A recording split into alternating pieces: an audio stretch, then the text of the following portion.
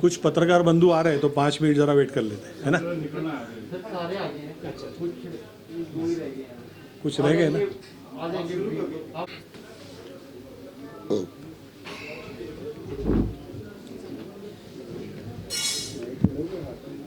वैसे आवाज आ रही है कुछ सुनाई ना ये वाला माइक है ना इसका साइड ये वाला नहीं ये ऊपर स्टैंड पे लगा रहने दो ना, रहने दो ना, ये ले नहीं रहने दो, रहने दो, ठीक है ना? क्यों किसी को रखना है और माइक आईडी रखना है किसी को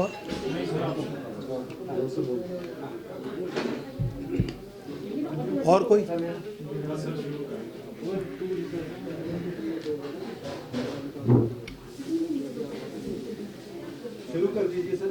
भाई पत्रकारों को तो भारत की राजनीति का कंट्रोलर कहते हैं, है ना? तो आप लोग जरा नहीं आप मैंने 10 बोला। अपनी लेखनी और अपनी अभिव्यक्ति से देश का निर्माण और इतिहास लिखने वाले विपरीत परिस्थितियों में भी बेबाक तरीके से हमेशा सजग रहने वाले सभी पत्रकार बंधुओं का उनके ही इस मंदिर में हार्दिक स्वागत है। आज अगर हम देश या दुनिया की बात करें तो विगत 7 दशक से इस देश में या तो धर्म की राजनीति हुई है या राजनीति के लिए धर्म इस्तेमाल हुआ है, लेकिन कहीं भी ऐसा नहीं हुआ कि सैद्धांतिक तौर पर राजनीति कहीं सामने आई हो या वो नजर आई हो या उसका कहीं इम्पैक्ट दिखा हो। आज समय आ गया है कि एक इस तरह से राजनीति का परिदृश्य सामने आए जिसमें एक नई सोच, नया नजरिया और नए आयाम हो। आज की नव युवा पीढ़ी के लिए उसमें कुछ आशाएं हो और उसमें कुछ उम्मीदें हो। इन्हीं सब बातों को ध्यानार्थ रखते हुए आज राष्ट्रीय लोक नीति पार्टी शिमला में अपनी प्रेस कॉन्फ्रेंस कर रही है, जिसमें पार्टी के नेशनल कन्वीनर एडमिन दीपक पांड्या जी आपके साथ हैं और साथ में शिक्षा के क्षेत्र में अपना योगदान देने वाले और सेवा निवृत्त होने के बाद जन सेवा के लिए अपने आप को समर्पित करने वाले जैन साहब हमारे साथ हैं, जो हिमाचल राष्ट्रीय लोक नीति पार्टी के एडवाइजरी बोर्ड के प्रमुख हैं और साथ में डीएन चौहान जी हैं, जो हिमाचल राष्ट्रीय लोक नीति पार्टी के कन्वीनर हैं। प्रदेश में पार्टी का राज्य से ग्राम स्तर तक, पंचायत स्तर तक ले जाने का सारी जिम्मेवारी इन लोगों ने अपने कंधे पर ली है और अधिक समय ना लेता हुआ मैं पांड्या जी से कहूंगा कि प्रेस कॉन्फ्रेंस में अपनी सहभागिता लिए। सभी को एक बार पुनः हार्दिक स्वागत, हार्दिक अभिनंदन और आपके ही इस पत्रकारिता क्षेत्र के मंदिर में धन्यवाद। वंदे भारत मातरम। राजनीति देश का संचालन, जब हम हमारे घर के संचालन की बात करते हैं तो हम सोचते हैं कि वो ठीक तरीके से घर का संचालन होना चाहिए, तो उसी को ध्यान में रखते हुए देश का संचालन भी ठीक से होना चाहिए। आज तक जितने भी हमारे देश में पॉलिटिकल पार्टी जिन्होंने इस देश में अपना योगदान दिया है, उन सभी की स्थिति को देखते हुए 75 साल के करीब हम आ चुके हैं, लेकिन देश का जिस तरह से विकास चाहिए, देश में जिस तरह से स्वाभिमान चाहिए, हमारी संस्कृति को रख रखाव करना, हमारी धरोहर की बातों को सोचना और हमारी युवा पीढ़ियों को उनके राह पर, उनके भविष्य पर ठीक तरह से आगे ले जाना, इसमें कहीं ना कहीं निर्णय लेने में पिछली सरकारें कहीं ना कहीं विफल हुई है। ये सबको देखते हुए कुछ लोग इकट्ठे हुए, इनको दर्द हुआ कि भाई जब राष्ट्र की बात आती है तो राष्ट्र से सर्वोपरि कोई नहीं है। अगर राष्ट्र की बात है तो सर्वोपरि राष्ट्र ही है। और उसको देखते हुए हमने सोचा कि क्यों ना हम ऐसी कोई पॉलिटिकल पार्टी का गठन करें कि जिसमें सिर्फ एक व्यक्ति ना हो, 2 व्यक्ति ना हो, 5 व्यक्ति ना हो, लेकिन सारे भारतीय जो भारत को वंदे मातरम कहते हैं, भारत के लिए वंदे मातरम कहने के लिए तैयार है, ऐसे लोगों का निर्णय, निश्चय और उनकी भागीदारी पॉलिटिकल पार्टी में हो। और इस तरह से हम पॉलिटिकल पार्टी बना करके देश पर, राज्य पर और नीचे स्तर पर ग्राम पंचायत तक इसका हम लोग गठन करके इनको ले जाएं। इसमें कुछ चीजें हमने ध्यान में रखी कि भाई क्या होना चाहिए। भाई जैसे धर्म की बात आती है तो सनातन धर्म में गीता जी को हम लोग बिल्कुल मतलब हमारा एक थंब रूल समझते हैं कि गीता जी ने जो कहा है वो सत्य है ना, उसी की राह पर हम लोग चलते हैं। तो हमने कहा कि क्या राजनीति में ऐसी कोई गीता जी जैसा नहीं हो सकता है। तो हमने जो लोक नीति का गठन किया, लोक नीति के अंदर जो बातें हमने तय करी, वो सारी बातों को अगर आप ठीक से पढ़े या ठीक से समझे, हर एक वंदे मातरम कहने वाला भारतीय उसको पढ़े तो उनको ये ज्ञात होगा कि ये राजनीति की गीता है स्वयं लोक नीति। राजनीति की गीता कौन है? तो स्वयं लोक नीति है। इसी माध्यम से किसी एक व्यक्ति का निर्णय नहीं, किसी 2 व्यक्ति का निर्णय नहीं, किसी 5 व्यक्ति का निर्णय नहीं, सभी के निर्णयों के साथ, सभी के हितों को ध्यान में रखते हुए, सब समाज को लिए साथ में हमें आगे बढ़ना है। इस सूत्र को लेकर के आगे बढ़ रहे हैं। इसमें हमने कुछ छोटी छोटी बातों को, मैं पॉइंट्स सिर्फ उसके बुलेट पॉइंट्स आपको बताता हूं कि राजनीति अब इस तरह से नहीं चलेगी, ये लोक नीति से चलेगी। हर एक व्यक्ति का पार्टिसिपेशन होगा उसमें। राजनीति की गीता लोक नीति साबित होगी, दूसरा पॉइंट। तीसरा, 1 नेशन 1 कार्ड लाएंगे। 1 नेशन 1 कार्ड लाएंगे जिसके किसी के साथ भी नाइंसाफी नहीं होगी। हर एक भारतीय को लगेगा कि ये देश हमारा है, ये पार्टी हमारी है, ये हमारे देश का सुचारू रूप से संचालन करने के लिए गठित हुई पार्टी है। ऐसा हर एक भारतीय के अंदर एहसास होगा, उनको महसूस होगा। चौथा, हम हैप्पीनेस इंडेक्स लाएंगे कि भाई हम तो कह रहे हैं कि हम इस तरह से, क्योंकि सारी पार्टी तो ये बात कर रही है, लेकिन उसका प्रमाण कैसे कि भाई पार्टियां इसी तरह से चलती है। तो हम हैप्पीनेस इंडेक्स लाने जा रहे हैं कि जिसको लेके हर एक भारतीय जो वंदे मातरम कहता है, वो हर एक भारतीय के पास उनका मत देने का अधिकार होगा, अपना व्यक्तिगत मत, वो सारा ऑनलाइन होगा। इसमें कोई हेराफेरी नहीं हो सकती। एक बार आपने जो मत दिया वही मत आप खुश हो, राजी हो, 1 से लेकर 10 नंबर के उसमें हम हैप्पीनेस इंडेक्स में हम आपको नंबर्स देंगे। उस नंबर्स के माध्यम से आपको उसमें वोटिंग करना है और वोटिंग करने के बाद हर एक व्यक्ति जो इस देश का संचालन करता है, हर एक नौकरशाह जो इस देश को संचालन करने में अपना कार्य देता है, वो सभी लोगों का उसमें रेटिंग होगा और उसी रेटिंग के आधार से हम उस पर निर्णय लिए जाएंगे। इस तरह से हैप्पीनेस इंडेक्स बनेगा। सभी को अपनी रिस्पॉन्सिबिलिटी याद कराई जाएगी कि आपकी ये रिस्पॉन्सिबिलिटी। अगर युवा आज का कहता है कि मेरी ये रिस्पॉन्सिबिलिटी है और जब वो मन में ठानता है कि मेरी ये रिस्पॉन्सिबिलिटी है, तो वो युवा बहुत बढ़िया सुंदर कार्य करता है। वैसे ही हर एक इंसान के अंदर अपने कार्यभार का रिस्पॉन्सिबिलिटी हो, वो हम जगाना चाहते हैं। देवभूमि में हम आए हैं तो मन से जो बात निकलती वो मतलब आप समझ सकते हो कि देव कृपा हो तो इंसान को कुछ भी चीज मतलब वो तय करने की जरूरत नहीं है। वो भगवान भगवत स्वरूप है, उसके आशीर्वाद से हम आज शिमला में आए हैं आप लोगों के सामने।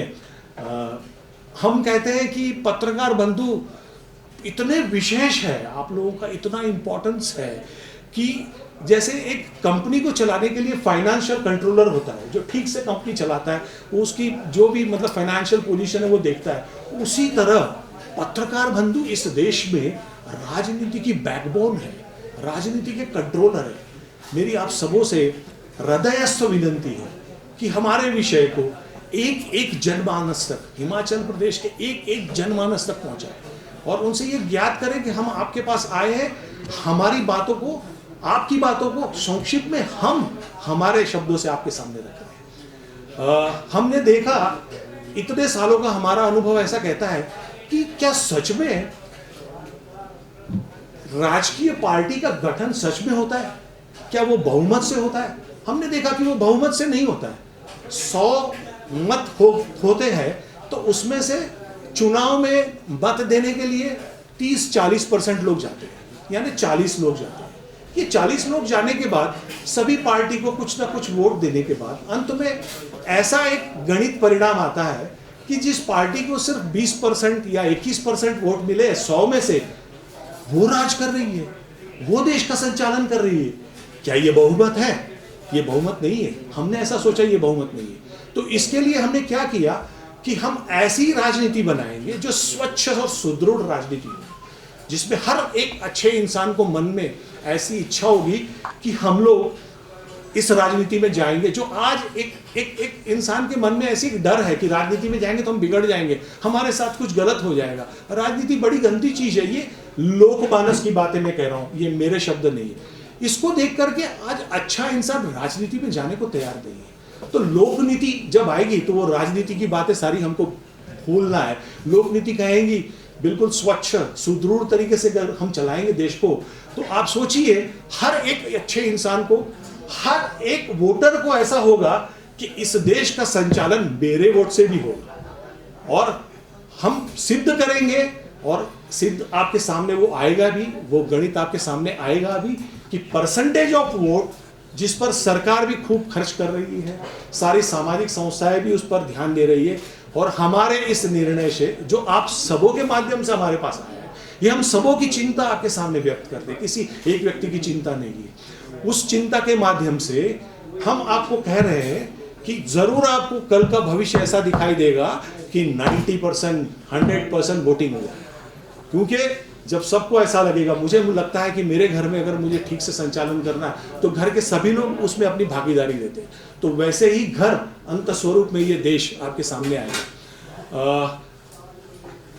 इसी के फल स्वरूप जो हम लोकशाही की परिभाषा कहते हैं, for the people, by the people, of the people, ये कहीं सिद्ध नहीं होती है। आप देखिएगा ये कहीं सिद्ध नहीं होती है, क्योंकि वही कुछ माइनॉरिटीज अगर इस देश के अंदर अपने आप को बहुमत कह करके देश का संचालन करते हैं, तो उनके मन में ये ध्यान में बात नहीं, क्योंकि वो 20% को ही ध्यान में रख करके वो इस देश का संचालन करते हैं। तो कहाँ ये of the people, by the people and for the people आया? ये कहीं नहीं, कहीं ये जो हमारे भारत के कॉन्स्टिट्यूशन में हमने बंधारण में जो बातें लिखी है वो कहीं सिद्ध नहीं हो रही है, ये गलत है। आप पत्रकार बंधु इस पर ध्यान दीजिएगा, ये कहाँ है बहुमत?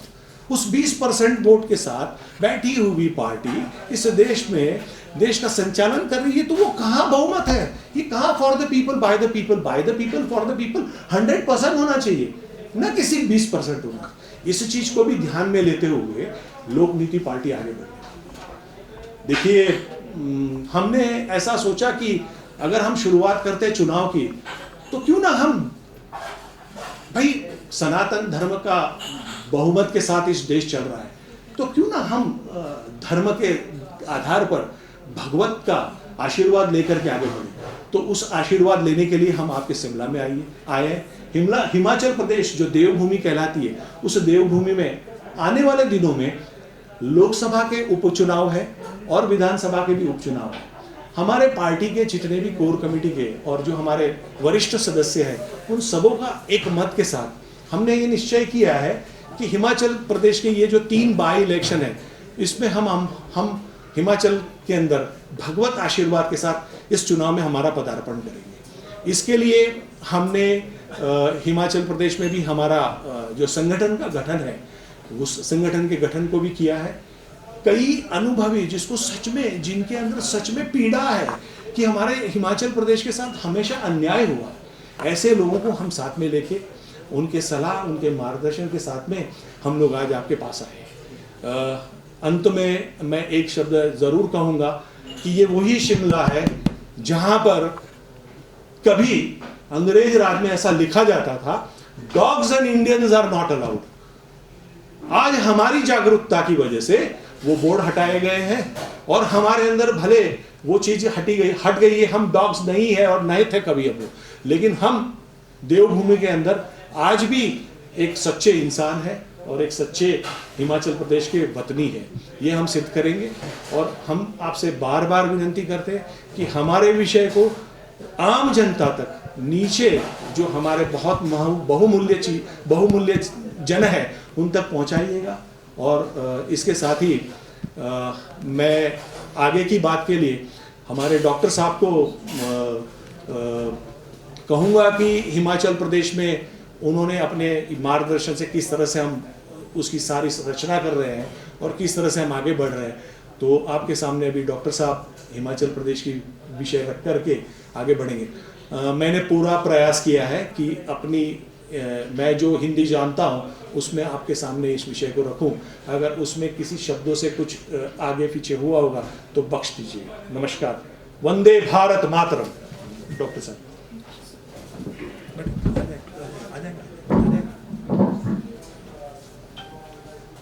पत्रकार साथियों, जिस कार्य के लिए हम यहाँ आज उपस्थित हुए हैं, मेरा बैकग्राउंड कोई पॉलिटिकल पार्टी से नहीं रहा, ना कभी किसी पॉलिटिकल एक्टिविटी से मैं जुड़ा हूँ, लेकिन समाज की हालत को देख करके हमेशा मन में पीड़ा रही कि कैसा समाज है, कैसी सोसाइटी है, कैसा सरकार का काम है जिससे लोगों को कोई चीज़ फ़ायदे की होने के बजाय उनकी परेशानियां ही बढ़ती जाती हैं। छोटे छोटे प्रोग्राम संस्थाओं में करता हूँ, स्कूलों में जाता हूँ कि कैसे विद्यार्थी अच्छे बने। इन सब प्रोग्राम में होते होते लोक नीति पार्टी का स्ट्रक्चर भी मेरे सामने आया। इनके सिद्धांत, इनके असूल मैंने पढ़े, फिर इनसे मुलाकात भी हुई। ऐसा लगा कि जिस काम को मैं करना चाहता हूँ उसके लिए तो ये गठन हो चुका है और ये इतना प्रयत्न कर रहे हैं, तो मैं भी इनके साथ जुड़ा। इनकी कार्यशैली देखी, कैसे ये काम करेंगे। कोर कमेटी से पहले एडवाइजरी रखी है ताकि कोई बात गलत ना हो, सोच समझ करके बात मन से निकले, जो कि प्रशासन में अधिक सबके काम आए। उसके बाद एक कोर वर्किंग कमेटी भी बनाई इन्होंने, स्टेट लेवल पर भी है, डिस्ट्रिक्ट लेवल पर भी है, ब्लॉक लेवल पर भी है, और उसके बाद पंचायत तक। इस बात को जान के बड़ी खुशी हुई कि सरकार तो कभी किसी आदमी तक, पंचायत तक, ब्लॉक तक पहुंचती नहीं। हम लोग सरकार के पीछे चक्कर लगाते रहे, लेकिन इनकी पॉलिसी ऐसी कहती है कि नहीं, आपको चक्कर नहीं लगाने पड़ेंगे। सरकार का हर काम साफ सुथरे तरीके से, ट्रांसपेरेंसी लेकर के आप तक पहुंचेगा। जो सेवाएं सरकार को देनी चाहिए वो आप तक पहुंचेंगी, आप निश्चिंत रहिए।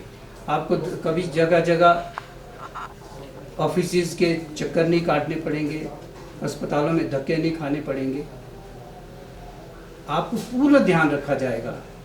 ये बात जान करके बड़ा अच्छा लगा। फिर जब मैं और ज़्यादा गहराई से गया तो इनकी वर्किंग भी देखी कि कैसे इन्होंने एक एक स्थान को चुना है, कैसे कैसे चाहा है कि कोई हमारे से अनटच ना रहे। जो भी हम काम करें, जो भी वायदा करें, या जो भी किसी समाज में, किसी संस्था को, किसी पंचायत को कोई चीज़ चाहिए और जिसको देने का वायदा करते हैं, वो वहाँ पहुँचे। ये जानकर बड़ी हैरानी हुई कि भी ऐसे लोग भी हैं। फिर इनके साथ जुड़े और बहुत अच्छा लगा। जो कुछ भी इनका प्रोग्राम है बिल्कुल स्पष्ट, निश्चल और सेवा भाव से। कोई राजनीतिक लाभ लेने का विचार किसी का नहीं देखा। कोई किसी ने ये नहीं सोचा कि मेरा इसमें क्या फ़ायदा होगा। ये इस कदम को लेकर के आगे बढ़े कि लोगों का फ़ायदा कैसे हो।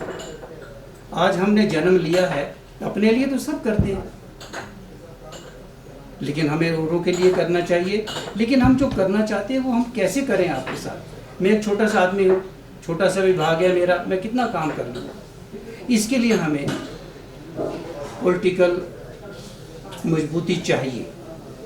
इसलिए इन्होंने ये राष्ट्रीय लोक नीति पार्टी का गठन किया ताकि हम उस जगह तक पहुंच सकें जहां तक ये बिगड़ा हुआ ढांचा है इसको सुधार सकें। वो पावर में होंगे तभी कुछ कर पाएंगे, नहीं तो चाहते तो आप लोग भी बहुत कुछ होंगे, लेकिन बेबसी है। सरकार का ढांचा ऐसा है, विभागों के कार्यक्रम ऐसे हैं कि धक्के लगते रहते हैं, कोई पूछता ही नहीं।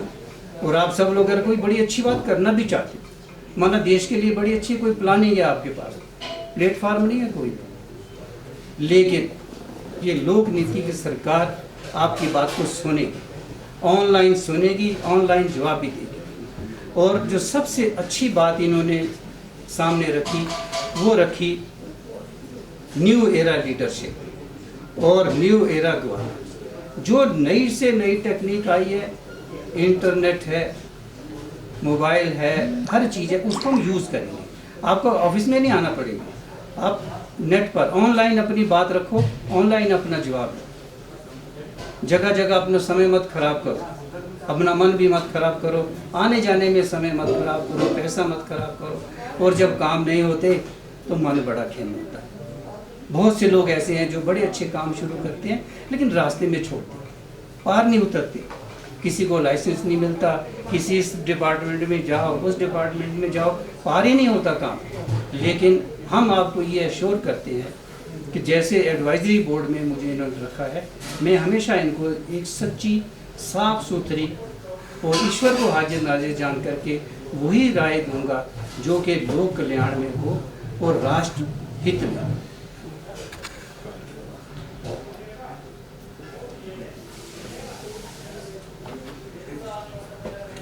पहले आप सभी को मेरा प्रणाम।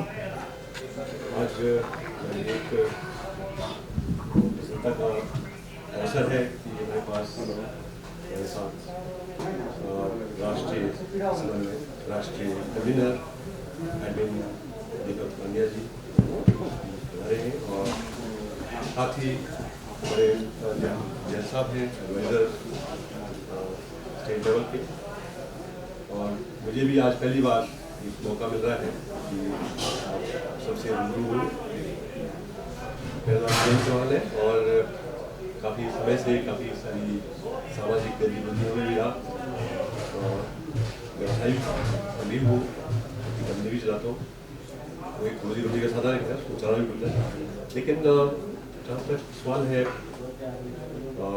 राष्ट्रीय लोक नीति पार्टी का, क्योंकि मुझे भी नहीं मालूम था कि ऐसी पार्टी है, लेकिन मैं सोच रहा था, एक बार बात कर रहा था पार्टी के किसी अधिकारी से, तो मन में आ रही थी चीज़ें कि कुछ ऐसा होना चाहिए जिससे जनता का भाव उनको उनके काम उनके घर द्वार तक पहुँचे और पारदर्शिता के साथ पहुँचे, भेदभाव ना हो किसी का धर्म के आधार पर, जाति के आधार पर, और ऐसा एक ऐसा सिस्टम हो जिसमें हमारी पूरे जितनी मानव शक्ति है भारतवर्ष की, इनका सदुपयोग किया जाए उत्पादक कार्यों में।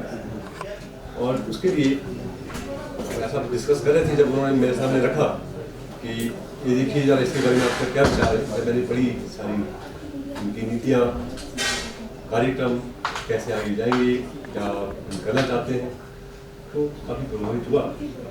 तो मैंने भी कहा मैं भी आपके साथ में हम आपको सपोर्ट करते हैं। अभी तक मैं किसी पार्टी से, राजनीतिक पार्टी से जुड़ा नहीं हूँ एक्टिवली। सपोर्ट तो सभी करते हैं, आप सभी करते हैं, कल किसी को वोट देते हैं, वो मुझे भी कहीं, लेकिन एक्टिवली नहीं जुड़ा। और मेरे लिए ये भी एक राजनीति का विषय नहीं कि राजनीति करनी है, हमें यहाँ भी एक समाज सेवा का मौका मिला।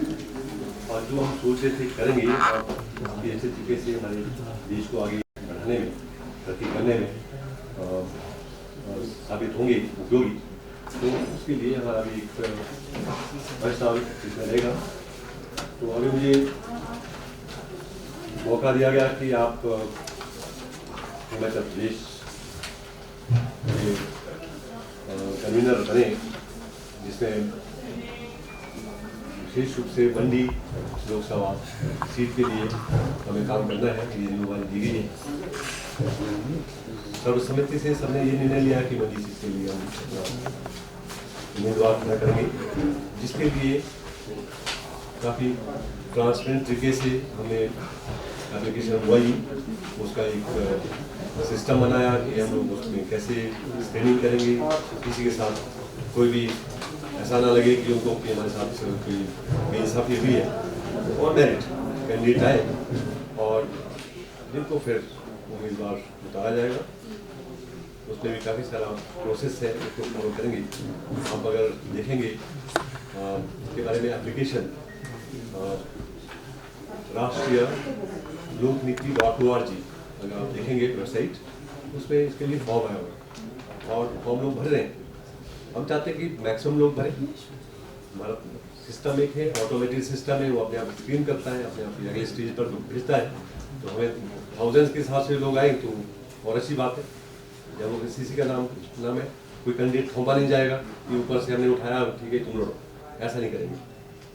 किसी भी गांव से उम्मीदवार आ सकते हैं, ऐसा ही हम हर जगह करेंगे। हर इलेक्शन के लिए, विधानसभा के हों, लोकसभा के हों, हिमाचल में हो, किसी भी प्रदेश में हो, तो उसके लिए एक सिस्टम ऐसा रहेगा और मेरिट ट्रांसपेरेंट उम्मीदवार को चयन का। और ऑफकोर्स उसके बाद हम समझते हैं कि हमारा कैंडिडेट इससे पीछे नहीं रहेगा, अच्छे तरीके से, अच्छे वोटों से विजयी भी रहेगा।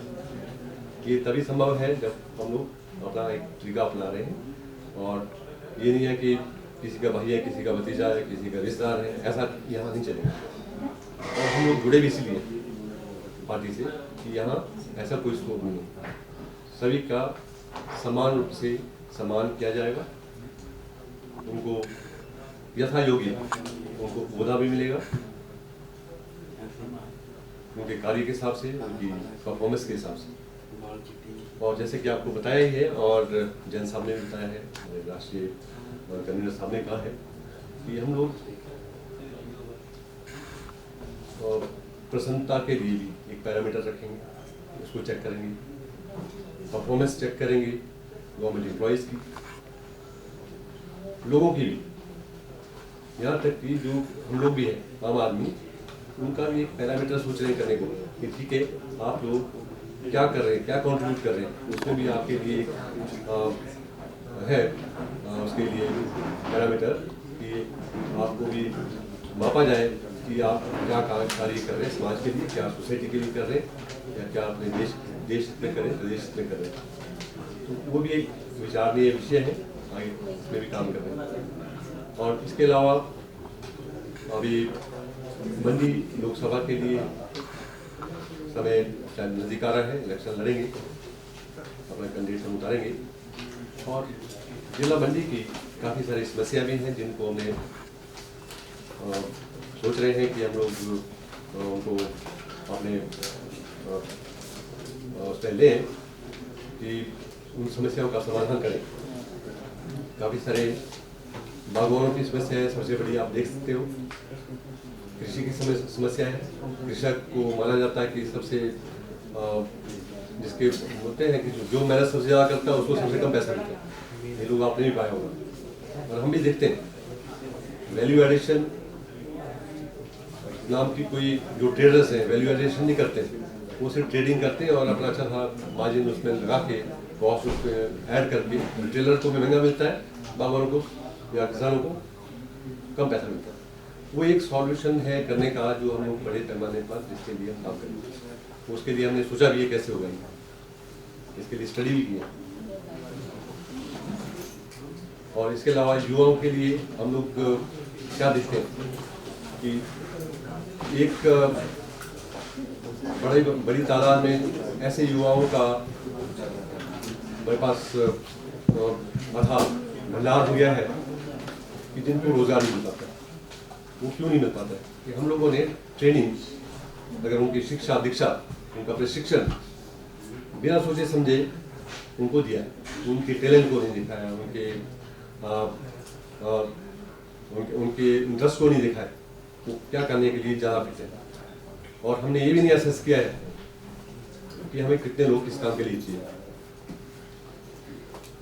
आप देख लो, आज बात करो कितने लोग अनएम्प्लॉयड हैं। ये यहाँ की बात नहीं, हिमाचल की, ये पूरे भारतवर्ष की बात है। उनसे अच्छे तो बेचारे जो पढ़े लिखे युवक हैं, उनसे अच्छे तो अनपढ़ लोग हैं जो बड़े अच्छे तरीके से कुछ भी काम कर लेते हैं। हमारे लोग तो ऐसे तैयार कर दिए गए जो तो नहीं बाबूगिरी से कम की बात सोचते नहीं है। वो किस लिए? क्योंकि शिक्षा नीति ऐसी है जिसने हमारे युवाओं को इस मुकाम पर खड़ा किया। आप लोग खुद भी समझ सकते हैं इस बात को, और मिले होंगे के लोग जिनकी हालत है, और यहाँ की क्लास 4 जॉब के लिए भी कोई PhD वाला जॉब करता है, तो इसका अंदाजा लगा सकते क्या हालत है। तो हमारी पार्टी इस दिशा में बड़े मुकाम पर जाएगी और इस शिक्षा नीति को इस तरीके से बनाएगी कि ये प्रोडक्टिव हो, हर आदमी को उसके टैलेंट के हिसाब से, उनके टेस्ट के हिसाब से जिसका वो अच्छा करता है वैसा काम ले, और वैसा काम क्रिएट भी करना पड़ेगा, सिर्फ बोलने से नहीं होता है। तो उस दिशा में भी काम करेंगे। और अभी मुझे तो खैर संगठन की जिम्मेदारी दी गई है कि संगठन पार्टी का नीचे ग्राउंड लेवल तक पहुंचाना है, तो उसके लिए काम कर रहा हूँ और हमारी टीम के साथ इनका सबका योगदान है। हमारी टीम बहुत अच्छी है जो काफ़ी कड़ी मेहनत से काम कर रही है और पंचायत लेवल पर हमने पहुंचना है और गांव लेवल तक पहुंचना है।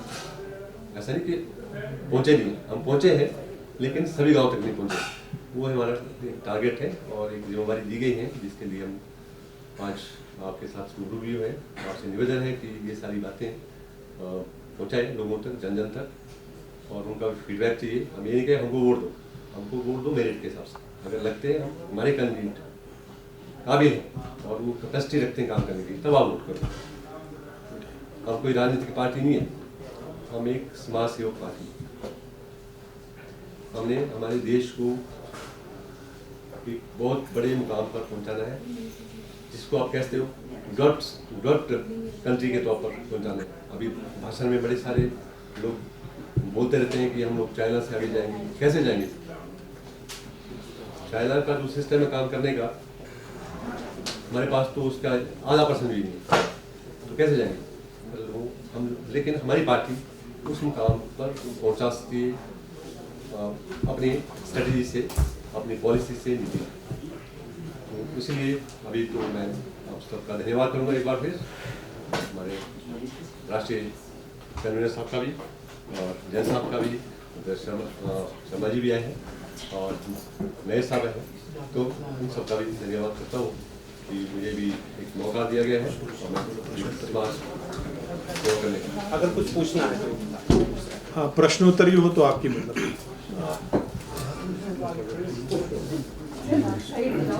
हिंदी भाषा रखेंगे तो अच्छा रहेगा। अंग्रेजी में भी उत्तर दे पाएंगे, लेकिन हिंदी भाषा रखेंगे तो अच्छा रहेगा। आपकी जो पार्टी है, कौन जरा थोड़ा सा देखें हम, वो कल्पनाशील ज्यादा लग रही है वास्तविकता से। जैसे आपने कहा कि हम सभी को देंगे, आज की तारीख में अब तक अगर बात करें राजनीति की, भारत की राजनीति, तो जिस भी पार्टी में एक कमांड रही है वो पार्टी सक्सेस रही है। चाहे इंदिरा गांधी की बात करो, चाहे जवाहरलाल नेहरू की बात करो, या अब मोदी जी की बात करें, तो जिस तरह से आप कह रहे हैं सबको देंगे मौका, क्या खिचड़ी नहीं बनेगी? वो ये अपने अपने राग वाली बात। देखिए आपका प्रश्न बिल्कुल मतलब आज की परिस्थिति को देखते हुए बिल्कुल सच है। देखिए नवजात शिशु जब पैदा होता है ना, तो उसकी आप क्या कल्पना करोगे, है ना? नवजात शिशु का जब जन्म होता है तो उसकी क्या कल्पना करेंगे? लेकिन जैसे जैसे वो बड़ा होता है और बड़ा होने के बाद अपने विषय में वो उत्तीर्ण होता है, अपने विषय के अंदर जब वो पारंगतता प्राप्त करता है, तो आप देखते हो कि जो पैदा हुआ शिशु, जिससे मैं सोच रहा था कि इससे मैं क्या कल्पना करूं, मतलब माता पिता तो ये सोचेंगे कि जब ये बच्चा था, पैदा हुआ था, तो तब उसकी क्या कल्पना कर सकते हैं। लेकिन जब वो यशस्वी होता है अपने विषय में, अपने क्षेत्र में, उसकी पारंगतता को देख के एक गर्व सा महसूस होता है। वैसे ही आज लोकनीति पार्टी आपके सामने शिशु अवस्था में ज़रूर है आपके लिए, इसलिए ये प्रश्न ज़रूर आएगा। लेकिन कल जब ये यशस्वी होगी और अपने क्षेत्र के अंदर जब उत्तीर्ण होगी, तब आपको इसकी आज जो यहाँ पर बैठे हैं ना, उनके लिए वो साक्षात्कार होगा कि ये ही शिशु अवस्था वाली लोकनीति पार्टी आज सिद्ध हो गई है, भारत की राजनीति में लोकनीति लाई है, ऐसा आपको नज़र में आएगा। दूसरा, इस प्रश्न को आपने थोड़ा सा विस्तृत करने की कोशिश करी। If I am not wrong, आपका प्रश्न ये था कि कैसे लोगों तक फिर खिचड़ी नहीं हो जाएगी। देखिए, लोकशाही का सच्चे मायने में अगर अर्थ है तो वो सभी लोगों के लिए, इस भारत में सिर्फ 1, 2, 5, 25, 500, 5000 लोग तय करेंगे भारत का भविष्य, ये गलत है। भारत के अंदर अगर जो भी सो कॉल्ड, इस फिगर को न पकड़िएगा प्लीज़, 135 करोड़ या 140 करोड़ जितनी भी जनसंख्या है, मैं अप्रॉक्सीमेटली कहता हूँ, इस जनसंख्या को कि हर एक इंसान की ये सरकार है, हर एक भारत के वतनी की ये सरकार है। इस राष्ट्र की संस्कृति को दोबारा जो सुप्त हुई है उसको जगाने के लिए आई हुई ये सरकार है। ये सिर्फ किसी 1, 2, 5, 25 लोगों की सरकार नहीं, ये नहीं तय करेंगे। इसलिए आपको इस प्रेस कॉन्फ्रेंस के बाद आपको कुछ हमने नोट्स भी दिए हुए हैं। प्रेस कॉन्फ्रेंस के बाद आपके अंदर से जो भी उत्सुक पत्रकार बंधु है, जिनको डिटेल में इस विषय में समझना है, उनको हम समझाएंगे विषय ठीक से, क्योंकि ये इतना डेप्थ के अंदर कई घंटों का मंथन करने के बाद हम एक ऐसे निर्णय पर आए हैं जो निर्णय एकदम से हम आपको 2-5 मिनट में समझा नहीं पाएंगे, क्योंकि हमें आपको वो डेकोरम या वो कहते हैं ना वो दिखावा नहीं देना है। हमको आपको रियलिटी बतानी है, और जब रियलिटी बतानी होती है ना तो उसको बड़ा समय लगता है। तो आप लोग आइए, डिटेल में हम लोग बात करेंगे उस विषय में, आपको कैसा लगता है हम आपको ज़रूर, क्योंकि ये हमारे एक की बात नहीं है, पूरे भारतीय की बात है। आप खुद कन्विंस हो जाएंगे कि हमने किसी एक वर्ग की, एक समाज की बात नहीं रखी, हमने पूरे भारत का सोच करके ये सारी चीज़ बनाई है। देखिए, इसमें जो हमारी कोर कमेटी और हमारे नेशनल एडवाइजरी बोर्ड ने जो निर्णय लिए हुए, उन्होंने ये सोचा है कि पहले तो हम देखेंगे हमारा जो चयन की प्रक्रिया, थोड़ी सी बता दूं, हमारे उम्मीदवार के चयन की प्रक्रिया कोई रिलेशन से नहीं होगी। हम पूरा एकदम जो लेटेस्ट तकनीक है उसका आधार और उसका पूरा इस्तेमाल करके इस कार्य में आगे बढ़ने जा रहे हैं। उसमें ऐसा है कि हमने गठन कैसे होगा, चयन कैसे होगा, तो हमने वेबसाइट पे एक पेज बनाया हुआ है। वो पेज एप्लीकेशन है, उसमें आपके मंडी क्षेत्र से जिस किसी को भी अपनी उम्मीदवारी देनी हो, या जिसके मन में ऐसी इच्छा हो कि हाँ मुझे ज़रूर ये इलेक्शन लड़ना है, ये लोक नीति पार्टी की जो बातें हैं वो मुझे रास आ गई।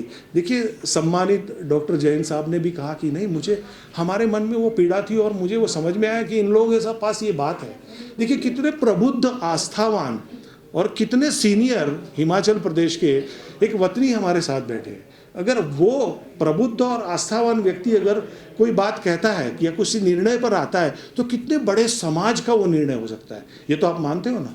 तो हम उस चयन प्रक्रिया में सभी को मौका देंगे कि भाई आप इसके अंदर अपना आवेदन पत्र दें या अपने आवेदन को इसमें कोट करें, और फिर वो सारे आवेदन आने के बाद उसके बाद हम पार्टी नहीं तय करेगी कि हम किसको टिकट देंगे।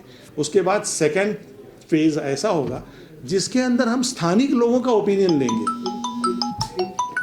सॉरी, इनके वाक्यों से जो कुंठा और फ्रस्ट्रेशन ज्यादा नजर आ रही है। हाँ, कुंठा और फ्रस्ट्रेशन ज्यादा आ रही थी नजर की समाज में। नहीं, देखिए आप लोगों को आज तक जितने भी आप मैच्योर्ड पॉलिटिशियन उसके सामने आज तक बैठे हो कि जिनके अंदर ठोस दृढ़ीकरण पॉलिटिक्स के अंदर एकदम सॉलिड हो गया, लेकिन उनकी पॉलिटिक्स आप आज भी देख रहे हो, आप लोग, हम भी देख रहे हैं। हमारे भारत का उत्थान कहाँ हो रहा है?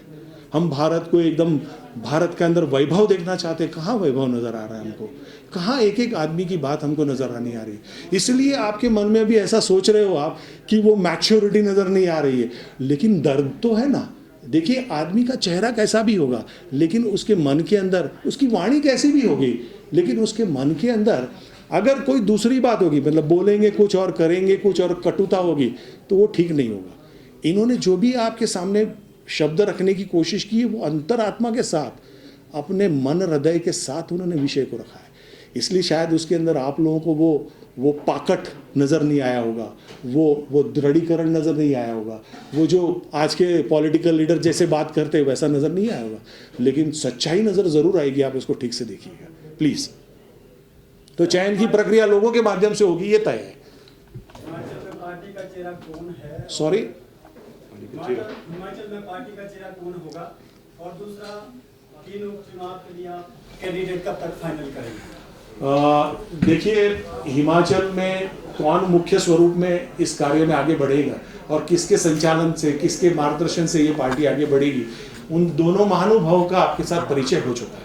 एक मेरे राइट साइड में डॉक्टर जैन साहब है जो स्वयं सम्मानित है।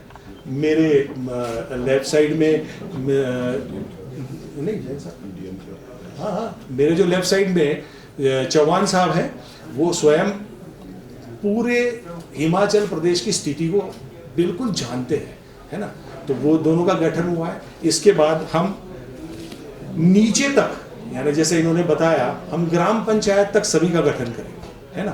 तो इस तरह से रही बात कैंडिडेट के फाइनलाइजेशन ऑफ कैंडिडेट की बात, तो उसमें ऐसा है कि 2 पेज दिए गए हैं, मतलब आवेदन पत्र, मतलब जो कैंडिडेट है वो अपना आवेदन पत्र दे, उसके बाद लोगों का ओपिनियन आएगा कि भाई ये 1 number, 2 number, 3 number, 4 number, 5 number के जो कैंडिडेट है उनके लिए हमारा ये अभिप्राय है। उस अभिप्राय को हम देखेंगे। उस अभिप्राय को देखने के बाद में हम उसमें आगे बढ़ के हमारी कोर कमेटी, स्थानीय एडवाइजरी कमेटी और स्थानीय कमेटी के लोग साथ में बैठेंगे और बैठ के हम उसका फाइनल चयन करेंगे। आपने हिमाचल में आज अपनी पार्टी का जो लॉन्चिंग की है, इससे पहले 3 राज्यों में है ये पार्टी, और दूसरा आपका मुख्य इश्यूज कौन से हैं जो हिमाचल में चुनाव आपके किन मुद्दों पे लड़ते हैं, कौन से मुद्दे? मैं इसके लिए हमारे जो हिमाचल प्रदेश के स्थानीय जिन लोगों का हम लोगों ने गठन किया है, ऐसे अधिकारियों से कहूँगा कि वो आपसे इस विषय को रखें। जय हाँ, चौहान साहब। और मुद्दे खैर बहुत है,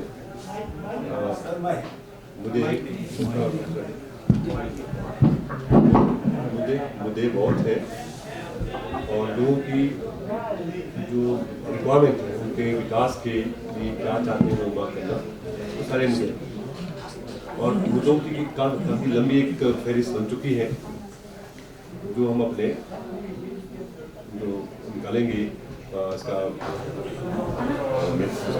इलेक्शन मैनिफेस्टो, उसमें आ जाएंगे मुद्दे हर गांव के, ये गाँव के नहीं, कहीं तो सड़कों में मुद्दे हैं, कहीं उनके प्राइमरी चीज़ें, बड़े मुद्दे हम ये नहीं कहेंगे बड़ा मुद्दा लेके चलेंगे और बाद में कुछ करेंगे नहीं और हर साल वो मुद्दे बने आ रहे हैं। ऐसे मुद्दे हमने नहीं लेने, हमने मुद्दे वो ले लें जो पॉसिबल हैं, जो किए जा सकते हैं, फैसिलिटेशन से किए जा सकते हैं, या गवर्नमेंट की फंडिंग की ज़रूरत है, या कुछ और उनके लिए इंसान किए जा सकते हैं। और मुद्दों के लिए हमने लोगों से सलाह मांगी है, हर जगह से आ रही है, और वो एक एजेंडा काफ़ी लंबा चौड़ा रहेगा जो हम जिस दिन अनाउंस करेंगे कैंडिडेट को, उस दिन आपको सारे मुद्दे भी बता देंगे साथ में, ये कैंडिडेट है और ये मुद्दों के ऊपर मिल रहा है। फिलहाल अभी क्या बोलेंगे आप? उन मुद्दा मैंने एक बोला आपको कि कृषि की एक प्रॉब्लम है, फार्मर्स की एक प्रॉब्लम है, उनको आमदन मेहनत के हिसाब से नहीं मिल रही है, जो सिर्फ बेच रहा है वो एक दिन में ही 40% 50% ऐड करके बेच रहा है उसको, तो ये सबसे बड़ा मुद्दा है। अगर इस मुद्दे के लिए हमने काम करना, इसमें करेंगे भी, सॉल्यूशन है उसका, सोचा हमने क्या है, क्या सॉल्यूशन, कैसे निकलेगा इसका। फार्मर्स आप देखते हैं एजुटेशन कर रहे हैं, अभी भी दिल्ली में जाके गए, लेकिन वो एक बड़ा मुद्दा उन्होंने बना दिया और सरकार भी उसको सोच नहीं पा रही कि उसको सेटल कैसे करना है। इसमें एक बड़ी गहन चिंतन करने की ज़रूरत है सरकार को, लेकिन हमारे पास भी आइडिया है, इस सॉल्यूशन से हम करेंगे उसको। इसमें थोड़ा सा किसान बागवान है ना, कोई अलायंस करेगा प्री और पोस्ट? नहीं, अलायंस की जरूरत क्यों पड़ेगी हमें? नहीं, हम किसी के साथ अलायंस नहीं करेंगे, किसी के साथ अलायंस नहीं, no pre, during, no post. हमारी अलायंस किसी भी पार्टी से मैच नहीं होती है। हमारा जो नीतियाँ किसी भी पार्टी से मैच, क्योंकि सब लोग अपने तो आधार के स्तर पे कैसे ऐसे बनाएंगे कि आप मतलब जीतने की स्थिति में अपने आप को इस मुकाबले में भी रख सकते हैं, कैसे बनाएंगे? देखिए, संक्षिप्त में बताऊं आपको, हर एक निवासी की समस्या हिमाचल के अंदर, मंडी क्षेत्र के अंदर, हर एक निवासी, अभी हम मंडी की बात करेंगे क्योंकि मंडी लोकसभा के विषय में चर्चा हो रही है। हर एक निवासी मंडी का, जिनके पास जो जो छोटी से छोटी समस्या, देखिए हम लोग सूक्ष्म से हम आगे बढ़ रहे हैं, छोटी सी छोटी समस्या, सरकारी प्रक्रिया के अंदर जो जो कठिनाइयां उनको आ रही है, यानी फॉर एग्जांपल कहूँ कि छोटा सा एक ड्राइविंग लाइसेंस निकालने भी जो उनको कठिनाइयां आ रही है, पटवारी से एक पर्चा निकालने में भी जो कठिनाइयाँ आ रही है, जो भी उनकी छोटी छोटी समस्याएं, उस सारी समस्याओं को हम बिल्कुल सिस्टमेटिकली पूरा समस्याओं को ध्यान में रख के ये चुनाव लड़ेंगे। एक एक समस्या आपको नजर आएगी, छोटी छोटी समस्या से लेके जो पूरी बड़ी रेल को लेकर के जो सबसे बड़ी समस्या मंडी क्षेत्र में है, उसको भी हम ध्यान में ले रहे हैं। और उसके अंदर हम क्या कर सकते हैं, क्या नहीं कर सकते, वो सिर्फ पार्टी के पदाधिकारी निर्णय नहीं लेंगे या पदाधिकारी नहीं बताएंगे, क्योंकि समस्या स्थानिक लोगों की है। स्थानिक लोगों के एक एक निर्णयों को, उनके अभिप्रायों को ध्यान में लेकर के उस पर काम किया जाए और उसी तरह से ये समस्याएं आपके सामने प्रदर्शित होंगी और उस पर जो भी काम करना चाहिए या उस पर जो भी मतलब उस समस्या के लिए सरकार को जो जो कहना पड़ेगा या सरकार से जो जो कार्य करवाने पड़ेंगे वो किए जाएंगे। प्लीज प्लीज सर 1 मिनट में थोड़ा 1 मिनट प्लीज मैं आपको ये कमेंट कर दूं कि ये जो डॉक्टर है ये एक्चुअली फैमिली से चली आई है हमारे साथ और ये इसी तरह से मुझे जानते हैं, तो कहीं ऐसा मिसकंसेप्ट ना हो तो I am simple man.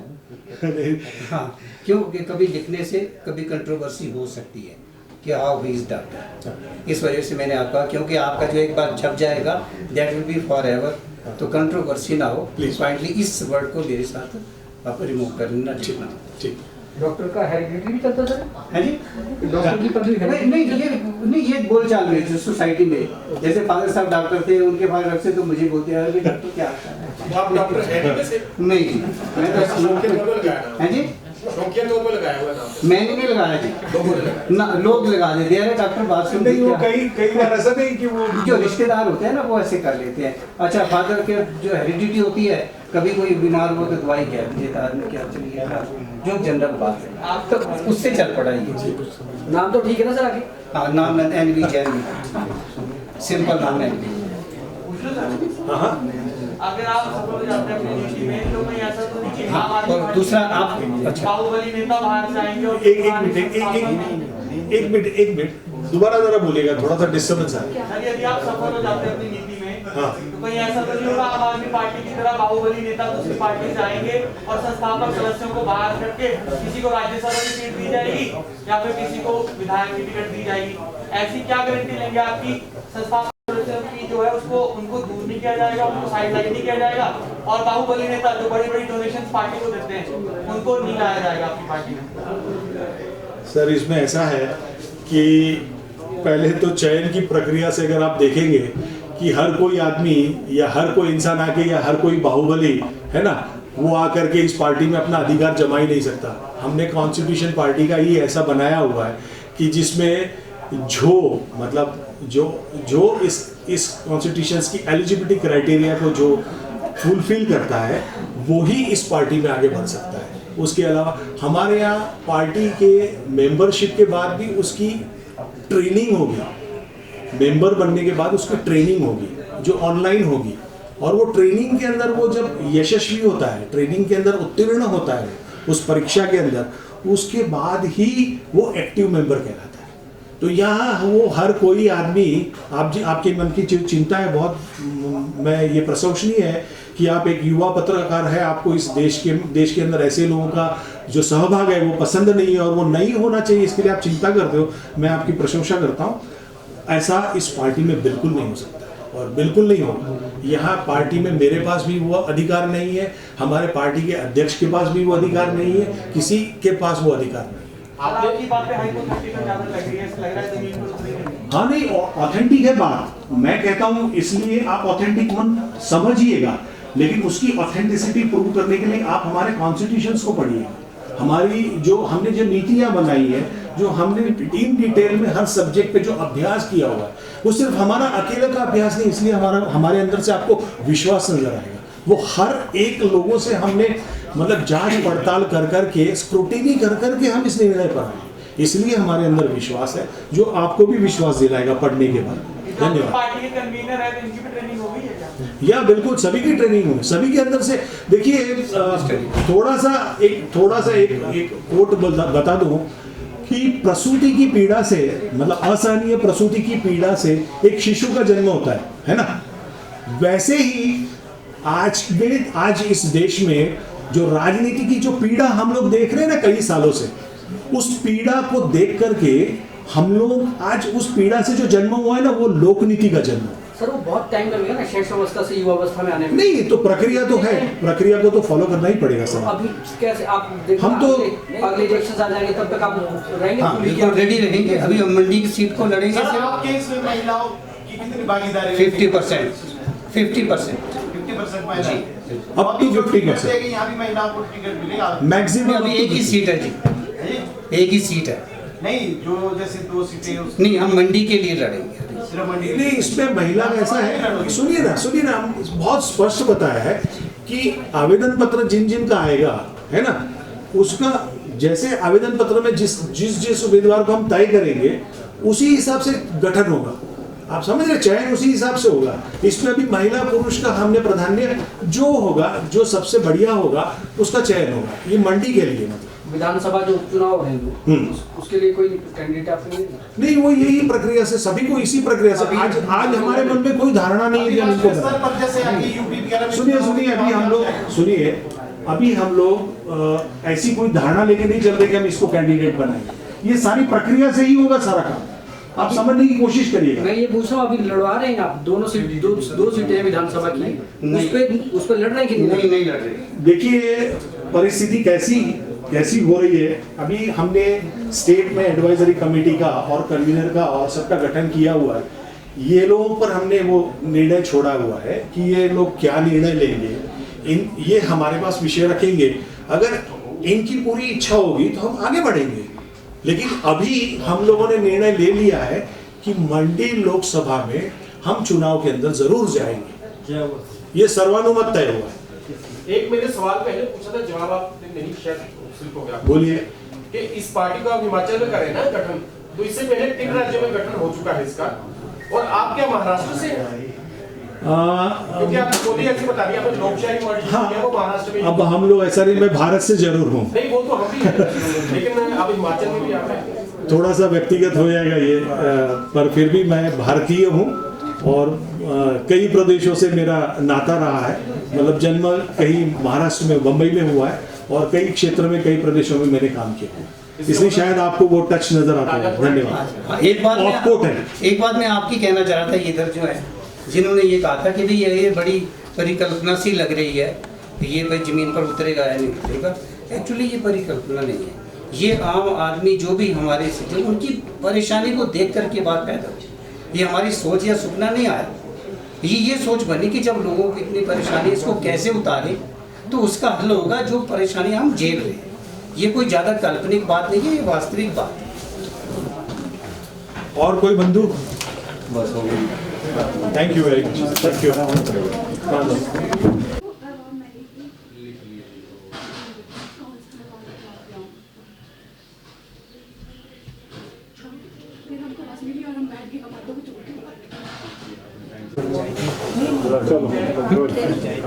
Sir, ये राष्ट्रीय लोकहित पार्टी के बारे में कुछ बताएं, कहाँ पे देश में फिलहाल ये गठित है और हिमाचल में आप इसको लॉन्च कर रहे हैं। क्या आपके संगठन में इस समय हिमाचल में लॉन्च किया जा रहा है? हाँ, फिलहाल हमने हिमाचल में आज लॉन्च कर रहे हैं। लॉन्च करने के लिए एडवाइजरी कमेटी के, इस तरफ देखिए सर। हाँ, इस एडवाइजरी कमेटी के मुखिया जी का चयन किया हुआ है और उसके साथ साथ में स्टेट कन्वीनर का भी चयन किया हुआ है। उसके बाद की प्रक्रिया में सारा नीचे ब्लॉक लेवल तक, पंचायत लेवल तक सभी का गठन होगा।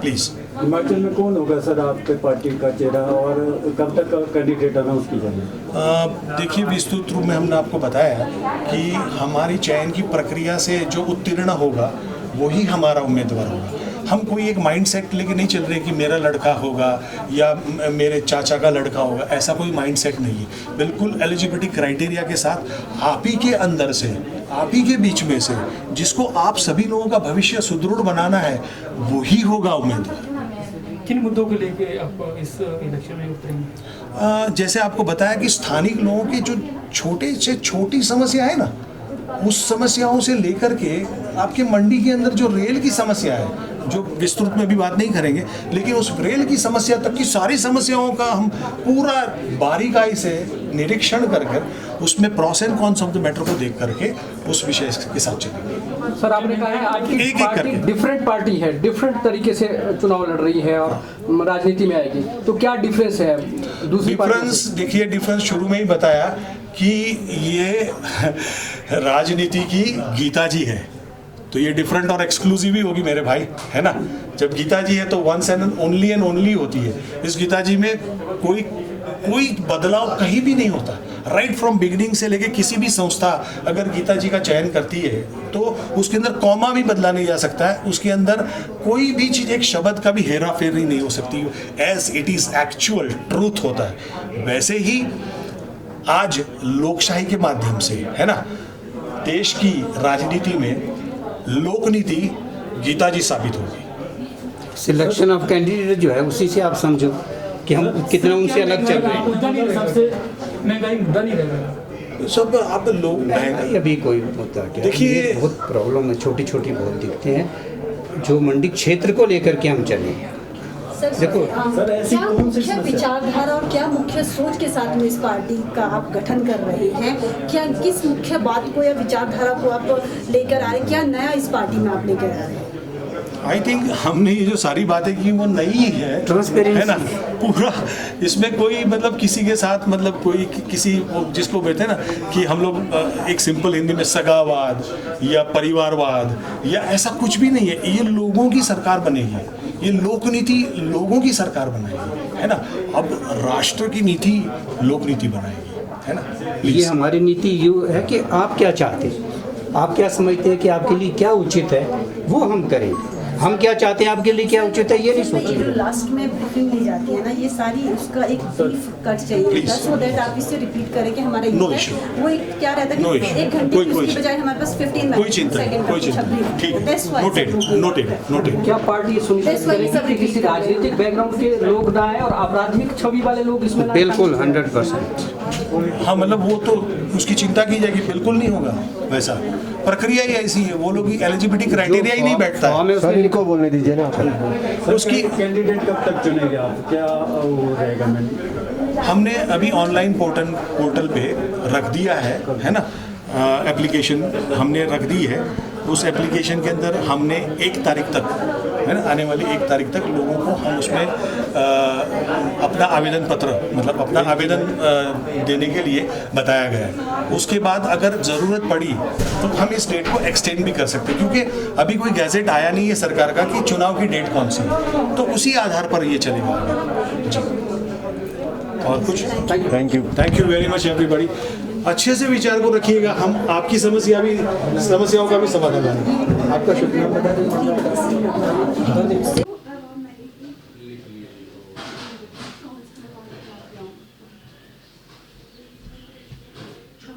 फिर हमको और हम बैठ गए